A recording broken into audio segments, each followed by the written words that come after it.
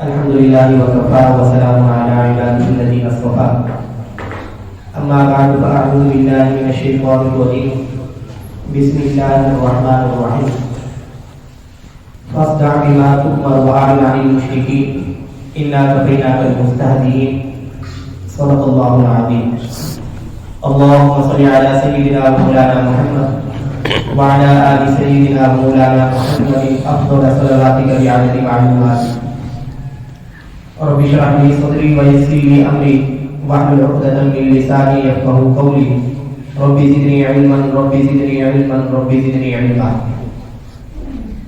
بزرگان محترم اور برادران عزیز، آج ہم اللہ کے فضل سے 14واں سیرت النبی صلی اللہ علیہ وسلم سیشن پڑھ رہے ہیں. 13ویں سیشن کے آخر میں آپ نے پڑھا تھا کہ مشرکین مکہ بیجا قسم کے مطالبات کرتے تھے. آخر میں وہ گئے علماء یہود کے پاس مدینہ میں اور مشاورت سے آپ علیہ السلام کے سامنے 3 سوالات رکھے کہ اصحاب کہف کون تھے، ذوالقرنین کون تھے اور روح کیا ہے. یہ 3 سوالات علماء یہود نے بتلائے تھے کہ اگر ان کا جواب دے دیتے ہیں تو اس کا مطلب ہے کہ اللہ کے سچے نبی ہیں، وگرنہ وہ اپنے دعوے کے اندر سچے ہیں. انہوں نے 3 سوالات کیے. آپ علیہ السلام نے فرمایا کہ میں کل جواب دوں گا، لیکن کل وحی نازل نہیں ہوئی. چند دن تک وحی موقوف رہی، وحی کا سلسلہ منقطع رہا. ہم نے اس پر بھی بات کر لی تھی کس بات کا کیا جواب دیا گیا، لیکن آخر میں ایک بات پچھلے سیشن میں رہ گئی تھی کہ یہ وحی کا سلسلہ موقوف کیوں رہا. اللہ تبارک و تعالی جس طرح رسول اللہ صلی اللہ علیہ وسلم اس انتظار میں تھے کہ کل تک وحی کا سلسلہ آ جائے گا پھر بدلا ہوگا، وحی کا سلسلہ موقوف کیوں ہوا؟ جس کی وجہ سے مشرکین نے اور زیادہ پروپیگنڈا پھیلایا. ہم نہیں کہتے تھے کہ یہ سچے نبی نہیں ہے، اگر سچے نبی ہوتے تو ہمیں جواب مل جاتے. اس کی طرف کی اشارہ اللہ تبارک و تعالی نے قرآن مجید کے اندر فرمایا، اور وہ اس کے اندر میرے اور آپ کے لیے بھی بڑا اہم سبب ہے. رسول اللہ صلی اللہ علیہ وسلم یہ کہتے ہوئے کہ میں کل جواب دوں گا انشاءاللہ کہنا بھول گئے تھے. انشاءاللہ کا مطلب کیا ہوتا ہے؟ اگر اللہ چاہے. اور یہ بندے کی بندگی کا نچوڑ ہے. ہم اللہ کے بندے ہیں اور اللہ کی بندگی کا نچوڑ یہ ہے کہ ہم اپنی تمام چاہتوں کو اور مشیتوں کو اللہ کی مشیت کے اندر ضبط کر دیں کہ اگر اللہ چاہیں گے. صرف ہمارے ارادے سے کچھ نہیں ہوگا. اللہ تبارک و تعالیٰ نے تنبیہ یہ فرمائی کہ کچھ عرصے تک سلسلہ وحی منقطع کر دیا. اس سے معلوم ہوا کہ انسان جب اپنا کوئی ارادہ بنا رہا ہو، مستقبل کے حوالے سے کوئی بھی ارادہ ہو، کوئی بھی عزم رکھتا ہو، تو صرف اپنے کام کاج اور اسباب کے اوپر نظر نہیں ہونی چاہیے، بلکہ سب سے پہلی نظر اس پہ جانی چاہیے مشیت خداوندی پہ. میرا یہ ارادہ ہے، باقی ہوگا وہی جو اللہ کو منظور ہوگا. انشاءاللہ کا معنی یہ ہے. اس سے مجھے سبق ملا کہ ہم نے اپنے ہر کام اور ارادے کے اندر اللہ کی مشیت کو سامنے رکھنا ہے اور اپنی مشیت کو اللہ کی مشیت کے تابع کر دینا ہے. یہ مسلمانوں کے لیے سبق ہے. آج کا جو درس ہے وہ ہم اس سے آگے چل رہے ہیں، اور وہ یہ کہ یہ تو آپ کو معلوم ہے کہ جیسے جب سے رسول اللہ صلی اللہ علیہ وسلم نے دعوت اسلام کا سلسلہ شروع فرمایا، اذیتوں کا، تکلیفوں کا ایک دور شروع ہوا. آج کا ہمارا موضوع ہے اور عنوان ہے کہ رسول اللہ صلی اللہ علیہ وسلم نے ذاتی طور پر خود کیا تکلیفیں جھیلی، اور رسول اللہ صلی اللہ علیہ وسلم کے دشمنان خاص کون کون سے تھے ان کا تعارف ہو جائے، تاکہ ہمیں معلوم ہو کہ ان کفار مکہ میں سے اور قریشیوں میں سے جن کو آپ ٹاپ 10 کہہ سکتے ہیں، پہلی فہرست میں جو پہلی سب کے جو دشمن تھے وہ کون تھے. پہلی بات یہ ذہن میں رکھیے کہ اللہ تبارک و تعالیٰ کی یہ سنت ہے کہ اللہ جب کسی چیز کو پیدا فرماتے ہیں تو اس کی ضد کو بھی پیدا فرماتے ہیں. دن پیدا فرمایا تو اس کے مقابلے میں رات پیدا کی. اللہ نے روشنی پیدا کی تو اس کے مقابلے میں تاریکی پیدا کی. اللہ نے سردی پیدا کی تو اس کے مقابلے میں گرمی. اللہ نے مرد پیدا کیا تو اس کے مقابلے میں عورت. اسی طرح اللہ کی یہ سنت ہے، اللہ تبارک و تعالیٰ جہاں حق پیدا فرماتے ہیں تو وہاں باطل کو بھی پیدا فرماتے ہیں. جہاں خیر ہوتا ہے وہاں خیر کی ضد شر بھی ہوتی ہے. جہاں پھر موسیٰ علیہ السلام ہوتے ہیں تو وہاں فرعون بھی ہوتا ہے. یہ اللہ کی سنت ہے. اسی طرح تمام انبیاء کے ساتھ آپ دیکھیں جہاں بھی یہ اہل حق اور انبیاء آئے کسی بھی پیغمبر کی تاریخ میں آپ کو یہ بات نہیں ملے گی کہ صرف اہل حق نہیں تھے باطل نہیں تھے، بلکہ پیغمبر کے مقابلے میں موسیٰ کے مقابلے میں فرعون ہوتا ہے اور ہر دور میں ہوتا ہے، ہر زمانے میں ہوتا ہے۔ یہ تعبیر ہے کہ موسیٰ کے مقابلے میں فرعون، اس کا مطلب یہ ہے کہ ہر پیغمبر کے مقابلے میں ایک دشمن ہوگا، مد مقابل ہوگا، حق کے مقابلے میں باطل ہوگا، ہدایت کے مقابلے میں گمراہی ہوگی، ایمان کے مقابلے میں کفر ہوگا۔ اللہ تبارک و تعالی یہ دونوں سلسلے جاری رکھتے ہیں، پیغمبر بھی بھیجتے ہیں اور پیغمبروں کے دشمن بھی اللہ تبارک و تعالی پیدا فرماتے ہیں۔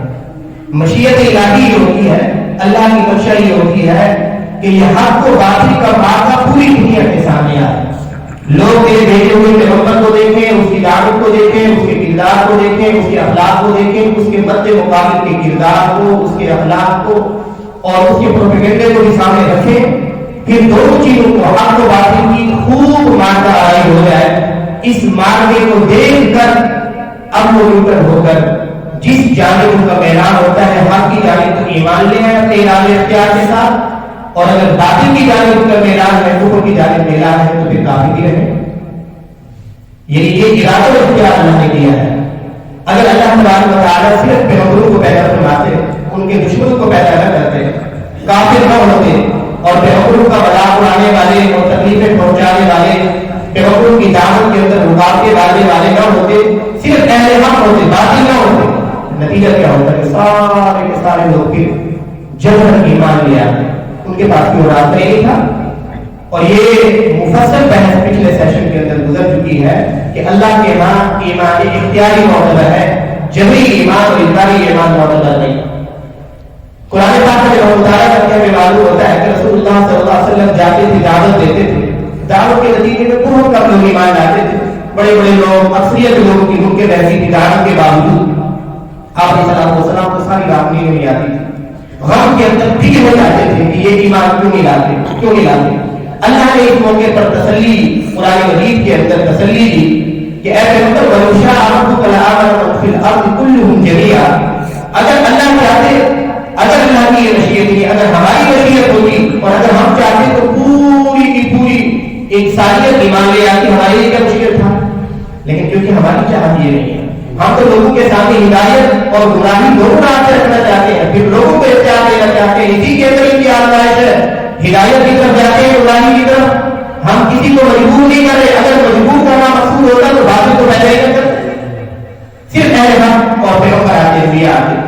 اس لیے فرض کی عمدہ اے پیغمبر آپ سے چاہتے ہیں کہ لوگ مجبور ایمان کے آتے ان پہ جبر کر لیا جائے نہیں، یہ اس لیے ہم اس سلسلہ پیدا کیا ہے کہ یہ باطل بھی رہیں گے، اس لیے یہ بات ہے کہ یہ اللہ کی سنت ہے، اللہ تبارک و تعالیٰ کی عادت ہے کہ اللہ جب کسی حق کو پیدا فرماتے ہیں تو ساتھ باطل کو پیدا فرماتے ہیں، کسی پیغمبر کو پیدا فرماتے ہیں تو ساتھ اس کے دشمن بھی ہوتے ہیں۔ مقصد یہ ہوتا ہے کہ دونوں کا مارکا پوری دنیا دیکھے اور جس جانب میدان ہو حق کی جانب یا باطل کی جانب، پھر اپنے ارادے و اختیار کے ساتھ اس کو قبول کر لے، اور یہی اختیار ہی مقصود ہے۔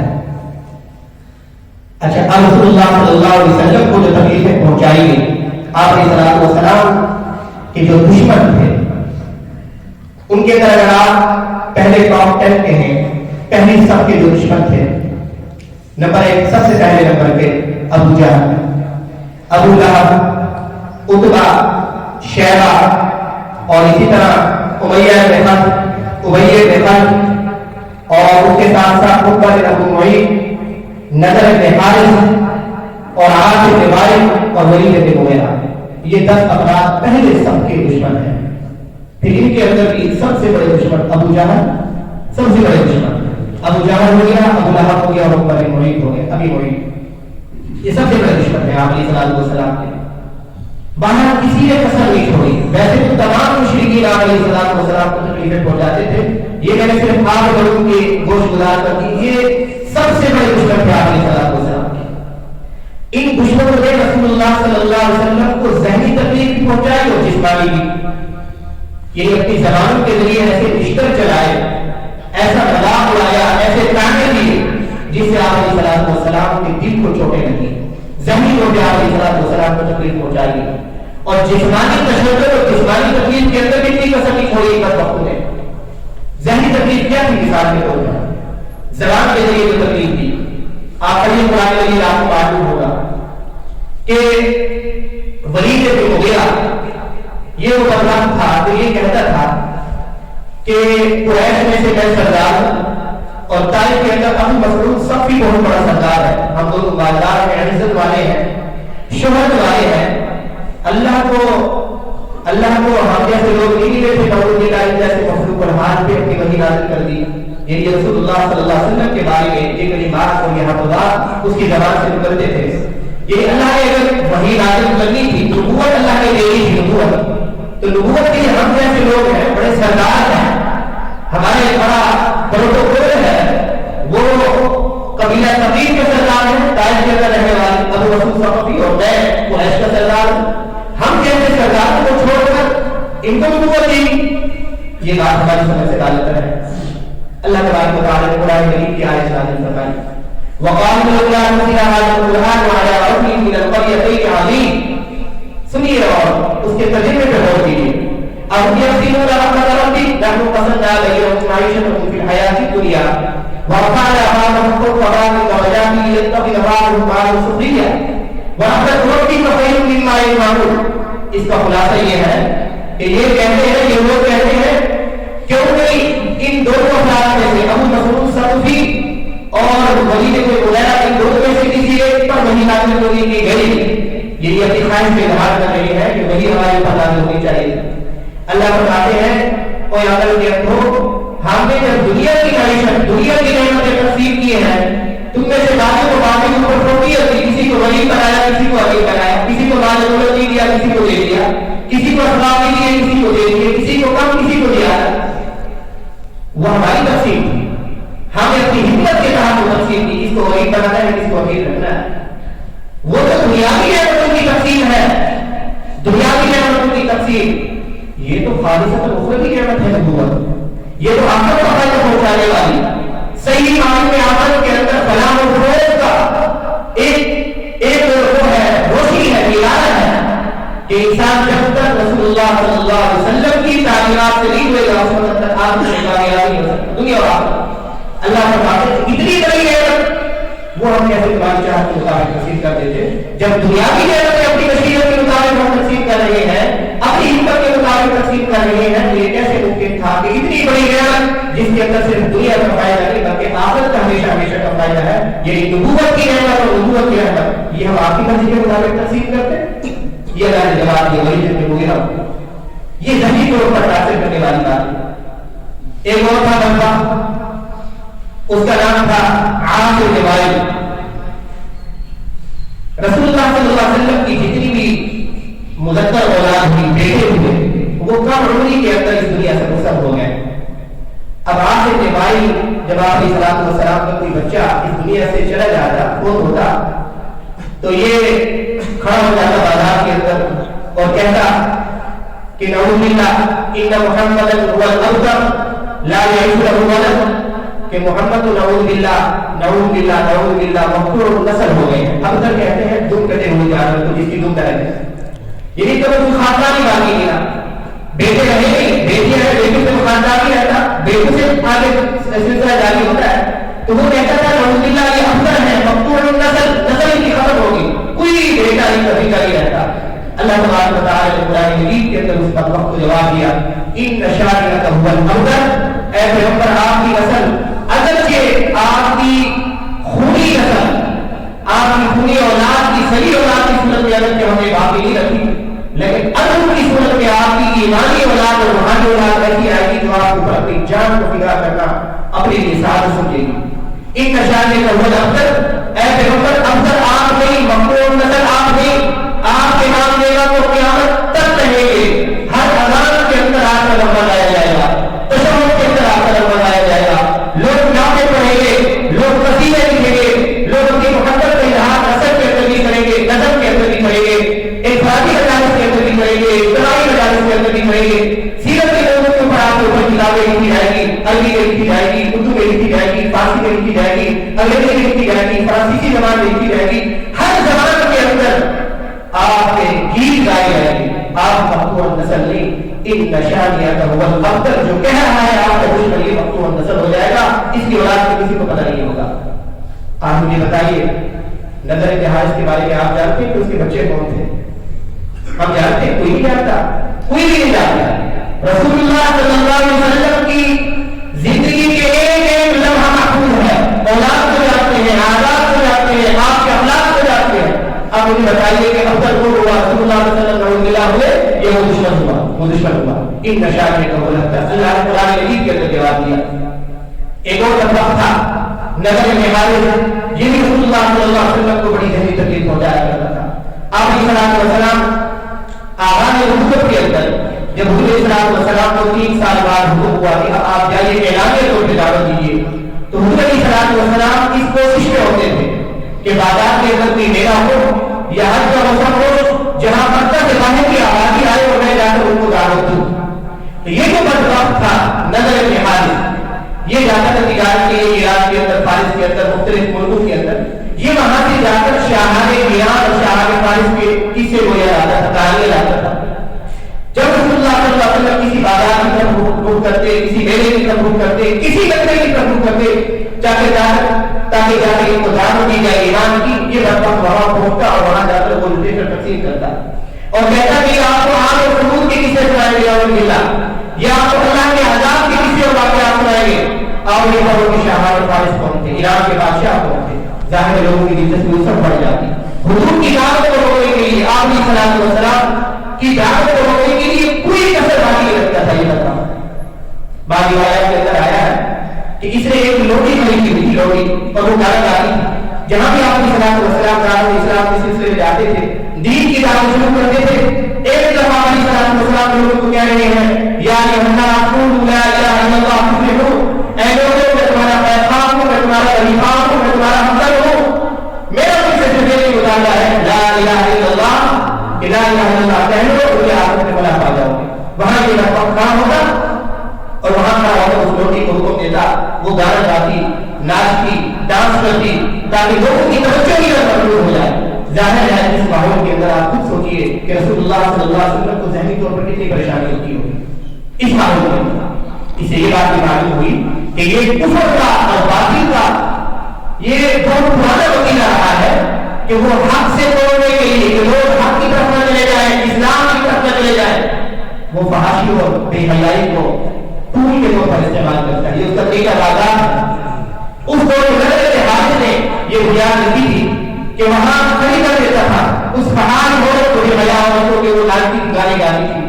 آج بھی یہ پھول استعمال کیا جا رہا ہے مسلمانوں کو اسلام سے دور کرنے کے لیے، اپنے دین سے دور کرنے کے لیے۔ جتنا نقصان بے حیائی اور فحاشی پر مبنی لٹریچر میں، جب تک یہ سوشل میڈیا نہیں آیا تھا، یہ ہمارے ناول ہوتے ہیں، ناول کے اندر ڈائجسٹ کے اندر جو چیزیں پھیلائی گئی اور پھر اس کے بعد سوشل میڈیا کے اندر یوٹیوب کے ذریعے، ٹک ٹاک کے ذریعے آج بھی سب سے جو ایک مؤثر ترین ٹول ہے مسلمانوں کو ایمان اور اسلام سے دور کرنے کے لیے اور ان کے ایمان کو کمزور کرنے کے لیے، وہ یہی فحاشی اور بے حیائی کے آلات ہیں جس کی بنیاد رکھنے والا نظر بن حارث تھا۔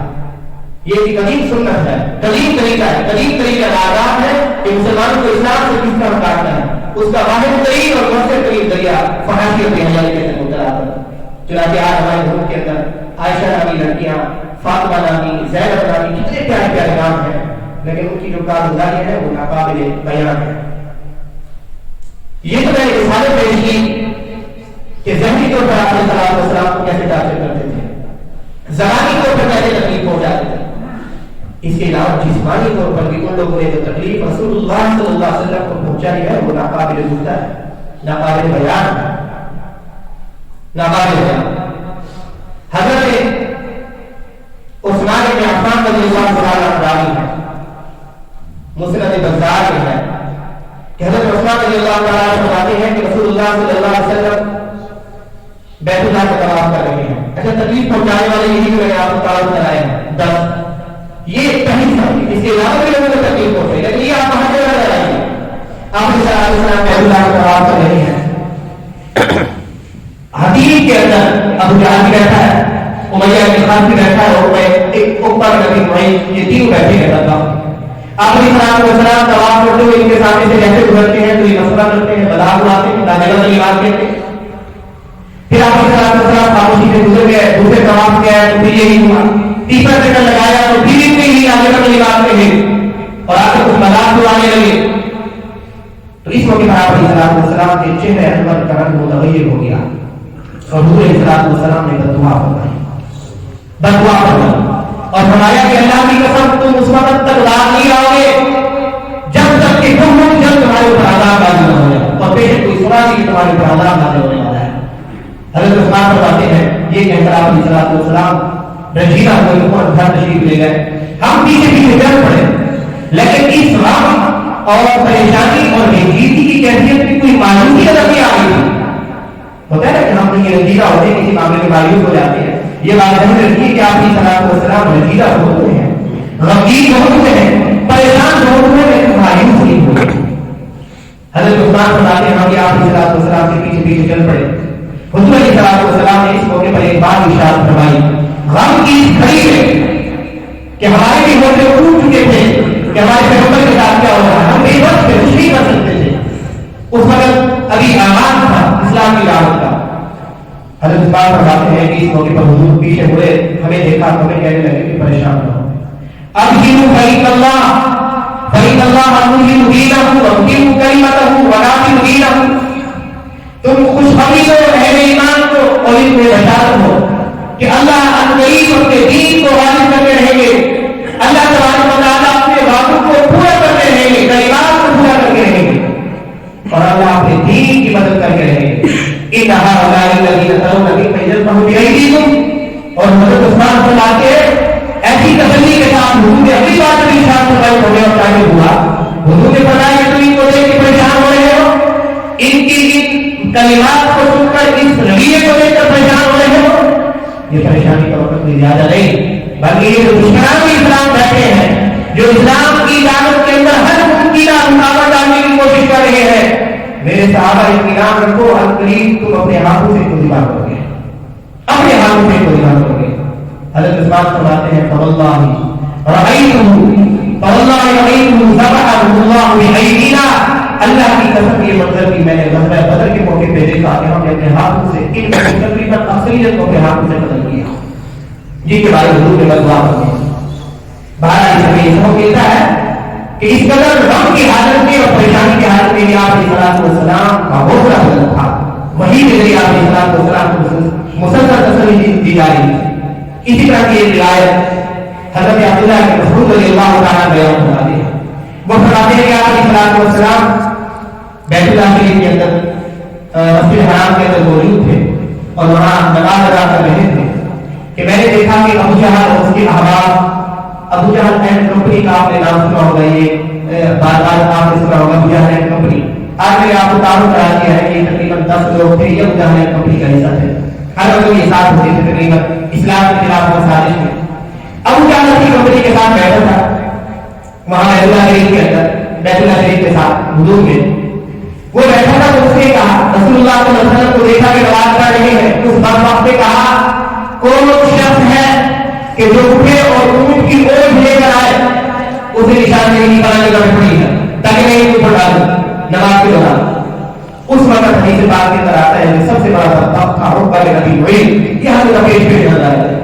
یہ اٹھا اور اونٹ کی اوٹ لے کر آیا اور آپ علیہ السلام سجدے کی کیفیت میں ہے کہ اس وقت میں آپ علیہ السلام کی کمر کے اوپر اونٹ کی اوٹ ڈال دی. حضرت عثمان فرماتے ہیں کہ ہم بے بس تھے، کیا کریں، کمزور تھے، ہمیں حکم ہی نہیں تھا اس طرح لڑنے کا، جہاد کا، جنگ کا حکم ہی نہیں تھا، تکلیفیں برداشت کرنے کا سبق حکم تھا. ہم بے بس ہیں لیکن یہ تکلیف دیکھ نہیں جا رہی.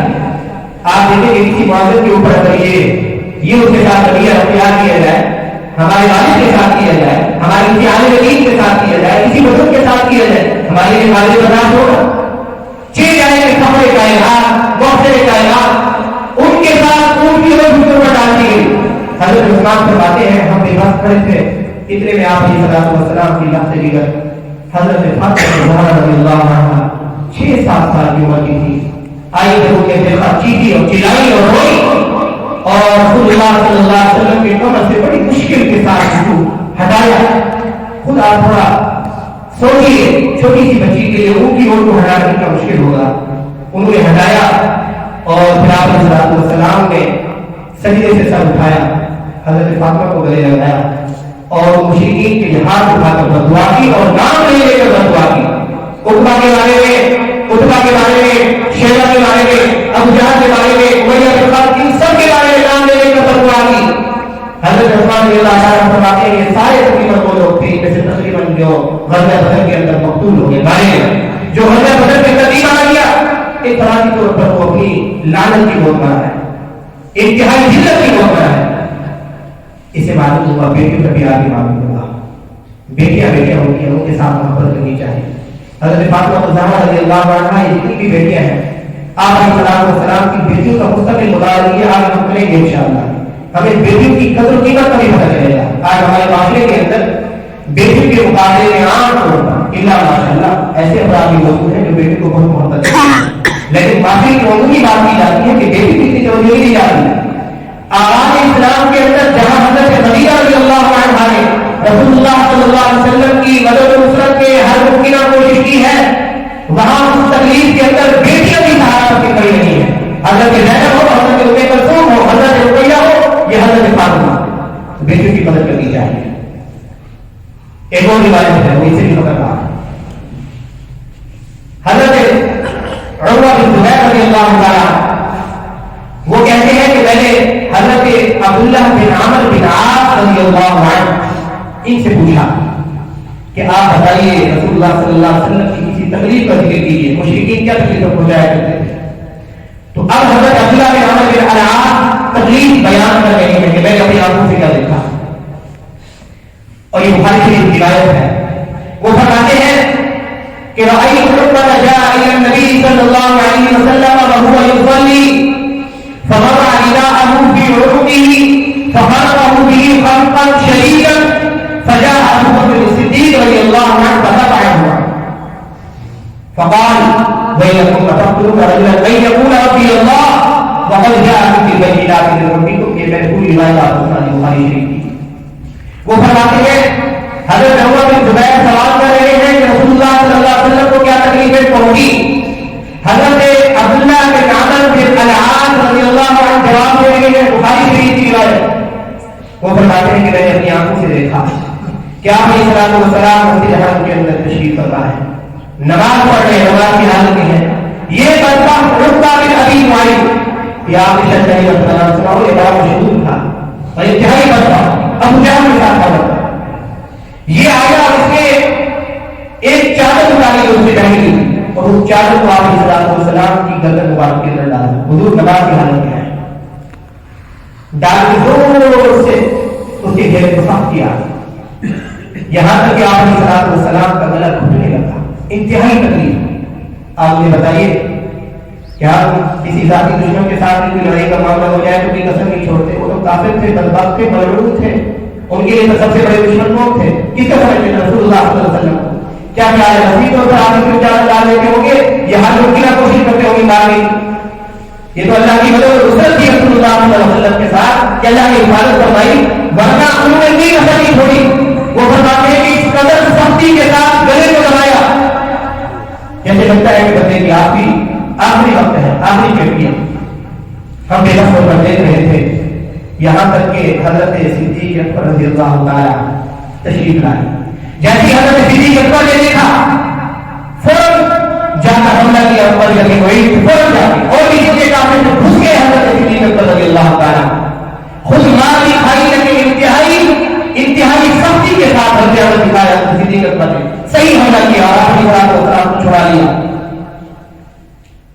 اور ایک روایت میں آتا ہے کہ حضرت صدیق اکبر رضی اللہ تعالیٰ عنہ خود ایسے معاملات میں جب آپ علیہ السلام کو چھڑانے کے لیے پہنچ جاتے تھے اتنے زخمی، ایک روایت میں آتے ہیں اتنے خود زخمی ہوئے، سر مبارک اتنا زخمی ہوا. حضرت اسماء بنت ابی بکر صدیق رضی اللہ تعالیٰ عنہ کی روایت کر رہی ہے، ان کی بیٹی سر مبارک اس قدر زخمی ہوا. ذات نبوت پر حملہ کرنے والے لوگوں کے ساتھ جب دفاعی پوزیشن میں آئے حضور علیہ السلام کو بچانے کے لیے خود اتنے زخمی ہو کر آئے. سر مبارک اتنا زخمی تھا حضرت ابوبکر صدیق کا کہ اگر بالوں کے اوپر ہاتھ رکھتے تو سارے بال کی گچھے نکل کر جاتے تھے، چھٹ جاتے تھے. یہی وجہ ہے کہ حضرت صدیق اکبر رضی اللہ تعالیٰ عنہ کو جو مقام ملا وہ کسی کو نہیں ملا. یہی صحابہ پر باتیں ہیں کہ آغاز اسلام کے اندر ہم بے بس ہوتے تھے، کچھ نہیں کر پاتے تھے، ان کے باوجود حضرت صدیق اکبر بے فکر ہوتے تھے، اپنی جان کو، اپنی تکلیفوں کو اور اپنے اوپر ڈھائے جانے والے مظالم کو بھول کر رسول اللہ صلی اللہ علیہ وسلم کی ذات کے سامنے سیدھا سر ہو کے کھڑے ہو جاتے تھے، سیدھا سر ہو کے کھڑے ہو جاتے تھے، خود زخمی ہو جاتے تھے، لہویان ہو جاتے تھے، بے ہوش ہو جاتے تھے، بے ہوش۔ ایک روایت کے اندر آیا ہے کہ بے ہوش ہو گئے، جیسے ہی ہوش آیا تو حضرت صدیق اکبر رضی اللہ عنہ کی والدہ دودھ کا پیالہ لے کے کھڑی ہوئی ہے تاکہ یہ دودھ پیے، کچھ نہ کچھ ان کے جسم کے اندر، ان کے پیٹ کے اندر جائے تاکہ ان کی تقویت پہنچے۔ دودھ کے پیالے کو ہٹا دیا اور فرمایا مجھے یہ بتاؤ کہ میرے دوست محمد صلی اللہ علیہ وسلم کا کیا حال ہے، جب تک میں اپنے محبوب کے چہرے کو نہیں دیکھ دوں گا اس وقت تک کوئی چیز اپنے منہ کے اندر ڈالنا حرام نہیں ہوگا۔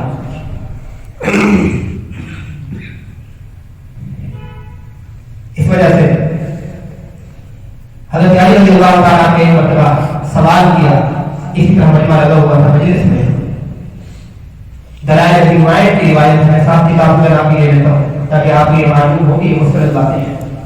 دلائل ابن معین میں یہ روایت ہے کہ حضرت علی نے پوچھا اے لوگوں بتاؤ سب سے زیادہ شجاع اور بہادر کون ہے حضور کی امت میں؟ لوگوں نے کہا کہ آپ ہی ہیں، آپ سے زیادہ بہادر کون ہو سکتا ہے؟ حضرت علی نے انکار کر دیا، فرمایا کہ حضور کی امت کا سب سے زیادہ شجاع اور بہادر سیدنا صدیق اکبر رضی اللہ تعالیٰ عنہ، سیدنا صدیق اکبر رضی اللہ تعالیٰ، ان سے زیادہ بہادر میں نے نہیں دیکھا، اس لیے کہ میں نے اپنی آنکھوں سے دیکھا ہے حضور علیہ السلام پہ کافروں نے حملہ کیا، ہوش کے ہو جائے، حضرت صدیق اکبر سے برداشت نہ ہوا، ہوش کے اندر گھس گئے اور حضور خود زخمی ہوئے، لیکن رسول اللہ صلی اللہ علیہ وسلم کی ذات کو دفاع کیا، آپ نے السلام کو بچا دیا۔ اور پھر بتایا کہ یہ آیت پڑھی اتقتلون رجلا ان یقول ربی اللہ، اے لوگوں تم ایسے بندے کو صرف اس وجہ سے قتل کر رہے ہو بات کی بنیاد پہ کہ وہ یہ کہتا ہے کہ میرا رب ایک ہے، میں دوسرے کسی خود کو معبود ماننے کے لیے تیار نہیں، صرف اس بنیاد پر کہ وہ تمام معبودات باطلہ کی نفی کرتا ہے، صرف اللہ کی عبودیت کا اعلان کرتا ہے، اسی کی دعوت دیتا ہے، صرف اسی بنیاد پر اس کو قتل کرتے ہو۔ وقد جاءكم بالبينات من ربكم، حالانکہ وہ ہمارے پاس اپنے رب کی طرف سے بات نشانی لے آیا ہے۔ یہ قرآن کی آیت ہے حقیقت، اور یہ آیت جب فرعون اور حامان یہ سارے مل کر ایک مشاورہ کی مجلس میں بیٹھ کر حضرت موسیٰ علیہ السلام کے قتل کی سازش کر رہے تھے، قتل کی سازش کر رہے تھے، اس وقت فرعون کے خاندان میں ایک نوجوان تھا، وہ حضرت موسیٰ علیہ السلام پہ ایمان لا چکا تھا، لیکن اس نے اپنے ایمان کو چھپایا ہوا تھا۔ جب اس نے دیکھا کہ حضرت موسیٰ علیہ السلام کو قتل کرنے کی سازش کی جا رہی ہے، اس نے اس موقع پر یہ کلمات کہے تھے اتقتلون رجلا ان یقول ربی اللہ وقد جاءکم بالبینات من ربکم، کہ تم صرف اس لیے اس کو قتل کرنا چاہ رہے ہو کہ وہ یہ کہتا ہے کہ میرا رب صرف اللہ ہے، صرف اسی بنیاد پہ، حالانکہ تمہارے پاس اپنی نبوت و رسالت کی واضح نشانی تمہارے رب کی طرف سے لے کر آیا ہے۔ حضرت ابوبکر صدیق نے یہی آیت جو کہ آل فرعون کے مقابلے موقع پہ پڑی تھی، یہی آیت اس موقع پر دہرائی، خود زخمی ہوئے، لیکن رسول اللہ صلی اللہ علیہ وسلم کی ذات کے اوپر کسی حملے کو برداشت نہیں کیا۔ ذات نبوت کے سب سے بڑے محافظ، ذات نبوت کے سب سے بڑے محافظ کون تھے؟ سیدنا صدیق اکبر تھے۔ اس لیے حضرت علی رضی اللہ عنہ فرمایا کرتے تھے، فرمایا ایک سوال حضرت علی یہ کیا تو بتاؤ سب سے بڑا بہادر کون؟ تو لوگوں نے کہا آپ، فرمایا نہیں میں بھی نفی کرتا ہوں بلکہ سب سے بڑے بہادر اور شجاع سیدنا صدیق اکبر تھے کہ جب ہم بے بس ہوتے تھے کچھ نہیں کر سکتے تھے نبوت کے آغاز کے اندر، اس وقت سیدنا صدیق اکبر واحد محافظ کے طور پہ ہوتے تھے، بات کے رہتے۔ دوسرا سوال یہ کیا لوگوں یہ بتاؤ آل فرعون کا، فرعون کے خاندان کا وہ جو مومن تھا وہ زیادہ بہتر تھا، افضل تھا، یا صدیق اکبر افضل ہے؟ لوگوں نے تھوڑا تعامل کیا تو حضرت علی رضی اللہ تعالیٰ کہنے لگے سن لو کہ آل فرعون کے اس مرد مومن کی ساری زندگی، ساری مکمل زندگی ابو بکر کی زندگی کے ایک لمحے کا مقابلہ بھی نہیں کر سکتی جس میں وہ رسول اللہ صلی اللہ علیہ وسلم کی ذات کی حفاظت کرنے والے ہیں، ایک گھڑی کا مقابلہ نہیں کر سکتی۔ کیوں؟ اس لیے کہ آل فرعون کے اس مرد مومن نے اپنے ایمان کو چھپا کے رکھا ہوا تھا، ابو بکر نے اس موقع پر اپنے ایمان، اپنے ایمان کا اعلان کیا جس وقت لوگ اعلان نہیں کر سکتے تھے، اپنے ایمان، اپنے مرد مومن نے صرف زبانی نصیحت کی تھی، ابو بکر نے زبانی نصیحت پہ اکتفا نہیں کیا، بلکہ غور کے اندر گھس گیا، اس مجمع کے اندر گھس گیا، خود بھی تبدیل ہوئے اور ہم آپ کو جواب دیا کہ رسول اللہ صلی اللہ علیہ وسلم کی ذات اقدس کی طرف جو بھی ہاتھ اٹھے گا وہ ہاتھ کاٹ دیا جائے گا۔ اس لیے آپ نے نہیں فرمایا تھا۔ اسی طرح ترمذی شریف کی روایت ہے کہ میں تمام لوگوں کے احسانات کا بدلہ دنیا میں اتار چکا ہوں سوائے سیدنا صدیق اکبر کے۔ صدیق اکبر رضی اللہ عنہ کے احسانات کا بدلہ اللہ کو قیامت میں نہیں چکائیں گے۔ دنیا کے اندر صدیق اکبر کے احسانات کا بدلہ میں نہیں چکا سکتا، قیامت میں نہیں اللہ چکائیں گے۔ اتنا بڑا مقام اور شرف کس کو ملا سیدنا صدیق اکبر کو؟ آپ کی طرح نے کیا فرمایا؟ جنت کے 8 دروازے ہیں، میری امت میں صرف ایک شخص ایسا ہے کہ جس کو یہ مقام اور مرتبہ اور شرف حاصل ہے کہ جنت کا ہر دروازہ پکارے گا تعال یا ابا، تعال یا ابا، اے ابو بکر میرے طرف داخل ہو۔ یہ مقام اور شرف سے سیدنا صدیق اکبر اس لیے ملا کہ ان سے بڑی مقامی کسی نہیں۔ بہرحال میں نے آپ کے سامنے یہ چند واقعات رکھے، چند واقعات۔ آج جو ہمارا موضوع تھا وہ یہ تھا آپ کی صلاۃ و سلام نے ذاتی طور پر دعوت دین اور اسلام کی دعوت کے اندر کیا تکلیفیں اور اذیتیں برداشت کی۔ پھر میں نے آپ کو بتایا کہ دشمنان رسول میں بڑے بڑے دشمن ان 10 کے نام گوائے آپ کے سامنے رکھے، ان 10 کے نام کہ یہ پہلی سب کے دشمن تھے۔ ان کے اندر سب سے بڑا دشمن ابو جہل، سب سے بڑا دشمن۔ اس کو رسول اللہ صلی اللہ علیہ وسلم نے فرمایا کہ یہ امت کا فرعون ہے، بلکہ موسیٰ علیہ السلام کے مقابلے میں جو فرعون تھا اس سے بھی بڑا فرعون ہے۔ آپ آگے چلیں کہ ان کے واقعات آئیں گے۔ اس وقت نے یہ کہا تھا جب غزوہ بدر کے اندر اس کو مارا جا رہا تھا، اس نے کہا کہ یہاں سے نہیں قتل کرنا۔ جو صحابہ کو قتل کر رہے تھے معاذ اور معاویہ جنہوں نے جا کے حملہ کیا، اس نے کہا کہ یہاں سے قتل کرنا تھا کہ پتہ چلے کہ کسی سردار کی قتل ہے۔ حضور نے اس کو فرمایا تھا کہ یہ امت کا فرعون ہے۔ پھر میں نے کیا اس کے بعد کہ آپ علیہ السلام پہ ویسے تو تمام کفار نے کوئی کسر نہیں چھوڑی، لیکن یہ پہلے سب کے مخالف تھے، دشمن تھے۔ ان میں رسول اللہ صلی اللہ علیہ وسلم کو ذہنی اذیت بھی پہنچائی اور جسمانی اذیت بھی پہنچائی۔ پھر اس کے چند واقعات میں آپ کے سامنے رکھے۔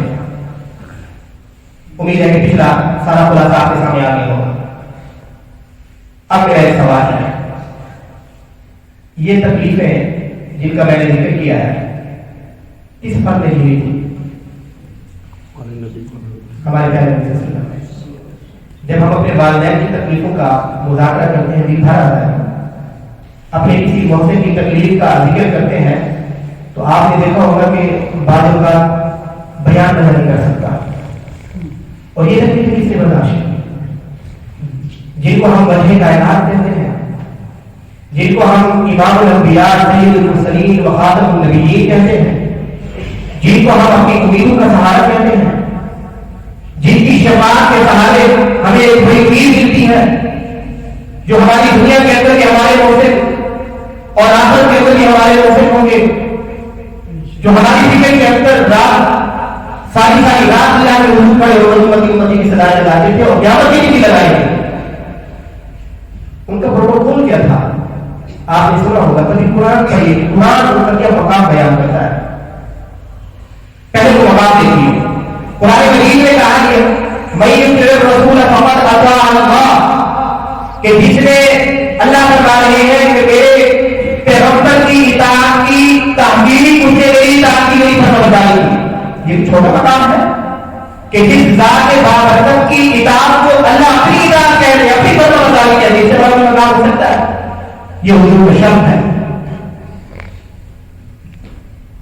یا ایھا الذین آمنوا لا ترفعوا اصواتکم فوق صوت النبی، اے ایمان والو رسول اللہ صلی اللہ علیہ وسلم کی جب مجلس میں بیٹھے ہو اپنی آوازوں کو میرے محبوب کی آوازوں پہ پست رکھنا۔ تم میں سے اگر کسی کی آواز بلند ہوگی میرے محبوب کی آواز پر تو یقین جانو تمہارے سارے آواز بہتر ہوگا۔ کس کو کہا جاتا ہے؟ گناہگار کو کہا جا رہا ہے؟ صرف مسلمانوں کو نہیں، صحابہ کو کہا جاتا ہے۔ اصل مخاطب صحابہ کی جماعت کو کہا جاتا ہے۔ اگر تم نے، کیونکہ تمہیں جو مقام ملا وہ میرے پیغمبر کی وجہ سے ملا ہے، شرط صحابیت ملا ہے، صحبت نبوت کی وجہ سے یہ شرط ملا ہے،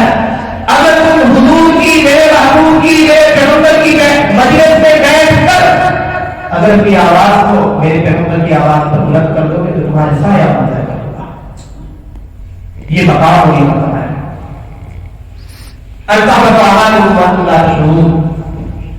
اور یہ کہا جا رہا ہے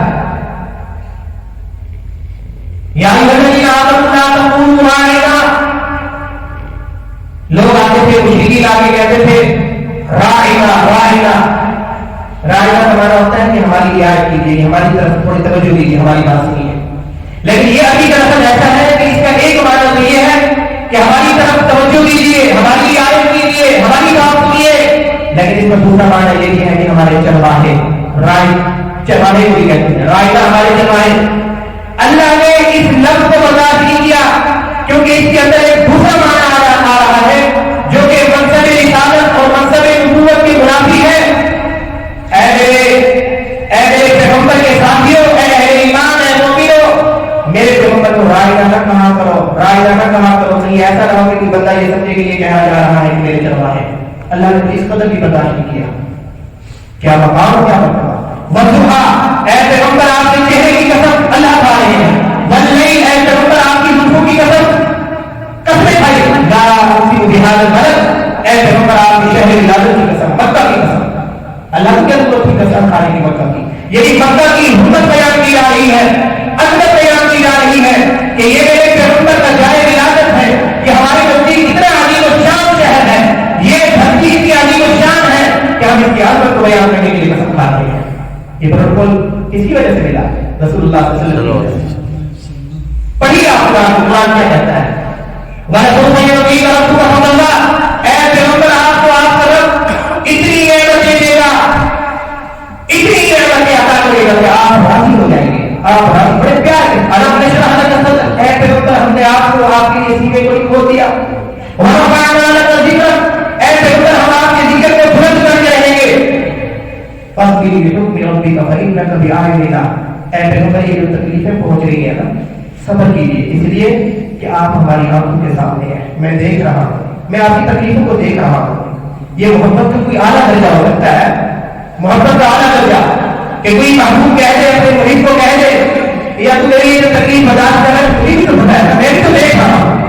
یہ میں نے قرآن مجید کی کچھ جھلکیں برداشت کی حضور کی شان کی. ایک طرف یہ پروٹوکول ہے, یہ مقام اور یہ شرط ہے. دوسری طرف آپ علیہ السلام کے اوپر خوف پھینکی جا رہی ہے. حضور علیہ السلام کے راستے میں کانٹے بھی کھائے جا رہے ہیں. آپ علیہ السلام کے دانتوں کو لہو یہاں کیا جا رہا ہے. حضور کی بیٹی کو طلاق کے دی جا رہی ہے. نعوذ باللہ, آپ علیہ السلام کو جھوٹا, آپ علیہ السلام کو جادوگر, آپ علیہ السلام کو شاعر مجنون کہا جا رہا ہے. کہاں یہ پروٹوکول, کہاں یہ تکلیفیں؟ کیوں کبھی ہم نے سوچا ہم کسی مہمان کو بلاتے ہیں جس کو ہم پروٹوکول دیتے ہیں, ہم تو کیا کر دیتے ہیں, سیکورٹی لگا دیتے ہیں تاکہ ہمارے کسی مہمان کو تکلیف نہ پہنچے. کیا نہیں کرتے, پروٹوکول لگ جاتا ہے. اللہ نے اتنا پروٹوکول کیا, اس کے باوجود یہ تکلیف ہے. اس سے معلوم ہوا کہ یہ تکلیفیں دین کے لیے حضور برداشت کر رہے تھے. اب ہمیں معلوم ہونا چاہیے کہ دین اللہ کی نگاہ میں کس قدر عظیم ہے, محترم کی شان ہے کہ جس دین کی خاطر اور جس کی دعوت میں اللہ کے محبوب ترین اور برگزیدہ ترین ہم کے آزاد نبی علیہ السلام کی تکلیفوں کی چٹیوں سے گزرتی ہے, وہ دین اللہ کے نزدیک کس قدر محترم کی شان ہوگا.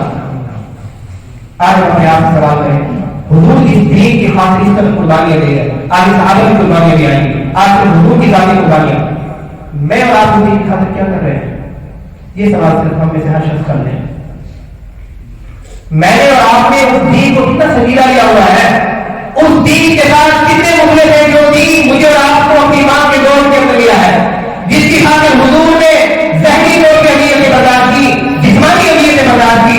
آج ہم حضور کے نام لے رہے ہیں, حضور کے ساتھ محبت سے اظہار کرتے ہیں, لیکن جس دین کے ساتھ حضور نے دن رات تکلیفیں برداشت کی, اس دین کے ساتھ کتنے مخلص ہیں اور سنجیدہ ہے, اس کے لیے ہم کیا کچھ کر رہے ہیں.